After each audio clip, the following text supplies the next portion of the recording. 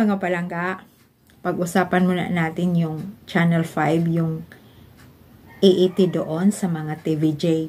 Nako, ito na naman, nakakatawa, di ba? Matawa ka rin naman. Siyempre, mapapangiti ka. Kumuha na sila ng bagong host sa TVJ.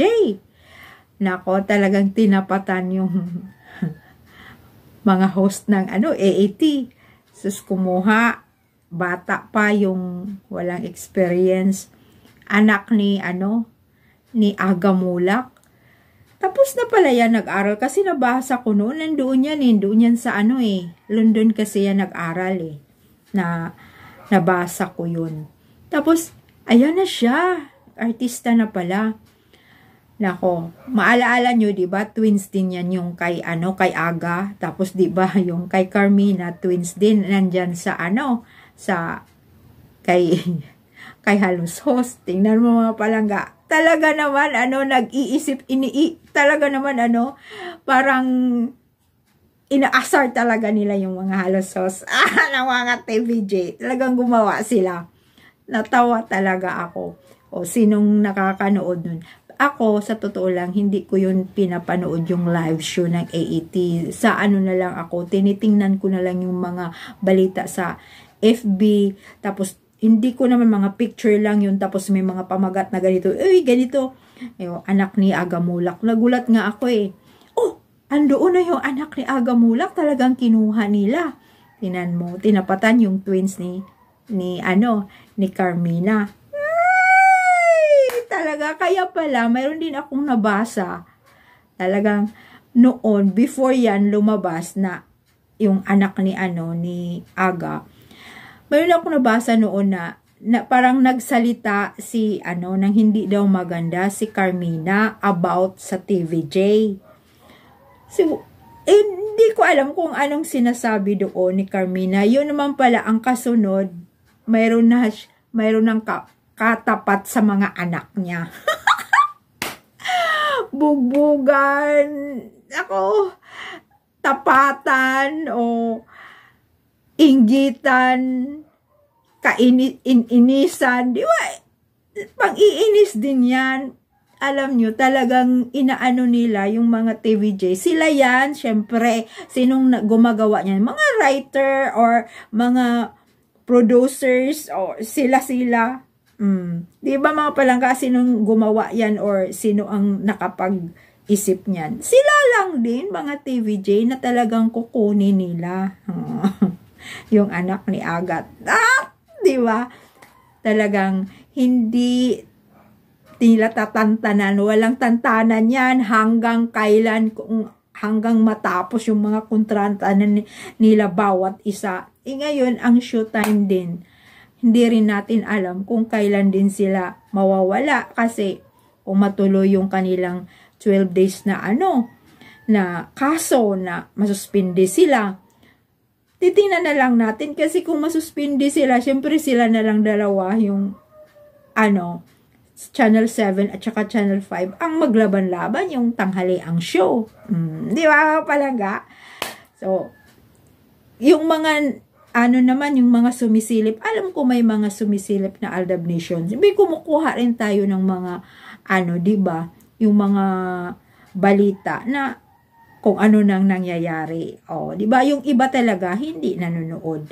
Tsaka yung iba andoon sa Twitter. Dutut panay tayo sa katotohanan lang mga palangga. Everyday po tayo yung ating hashtag na trending. Ang Aldab lang yan. Ang Aldab Nation lang ang nakakagawa sa social media na araw-araw nandoon trending tayo. Kaya ito mga palangga, mayroon na namang lumalabas. Nakakatawa din.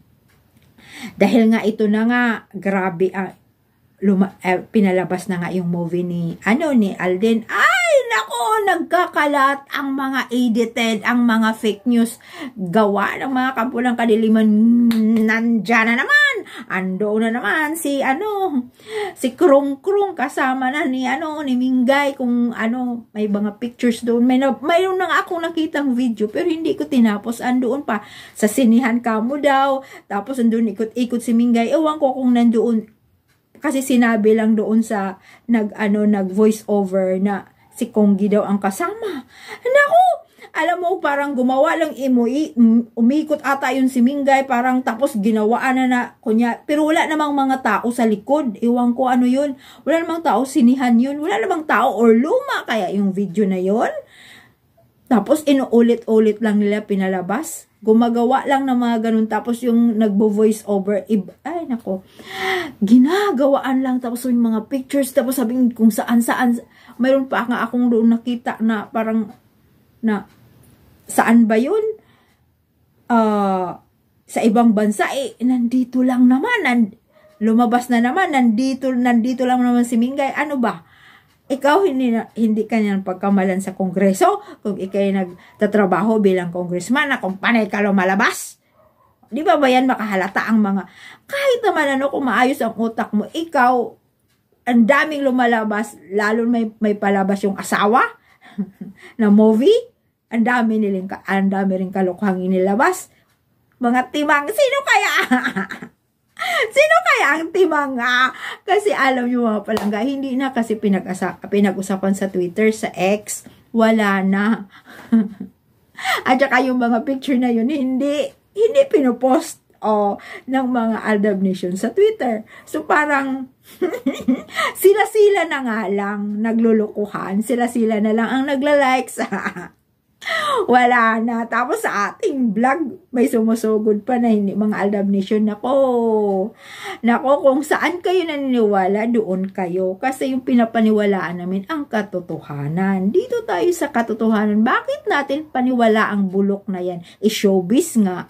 Diba? Yan naman talaga showbiz pera. Hanggang mauto nila ang mga tao. Kasi nga, ano pa nga ba, kaya nga sila nagsushowbiz para magkapera, pero nasa atin po kung naniniwala tayo, paniwalaan natin yung katotohanan. Di ba mga palangga? At saka ayan, parang, ayan si Alden, busy nga sila pagpopromote, ni Julia. Tapos ito nakakatawa din, parang, yung mga interview ni Alden, yun na nga, sinasabi ko pareho lang yun. Pero yung talagang hindi naniniwala. At saka parang, yung katawan ni Alden ngayon, parang tumaba ata. Nako. Parang, tabang-taba ata kasi siguro, panay nagluluto or talagang, kasi hindi naman masyadong kagaya noon na pumupunta talaga si Alden sa ibang bansa. Kaya, ayan po mga palangga, thank you so much sa mga nanonood sa aking vlog. Sa katotohanan lang po tayo. Huwag tayong padadala, tuloy-tuloy pa rin ang ating suporta sa kanila ni Alden at Men. Thank you so much mga palangga. Bye!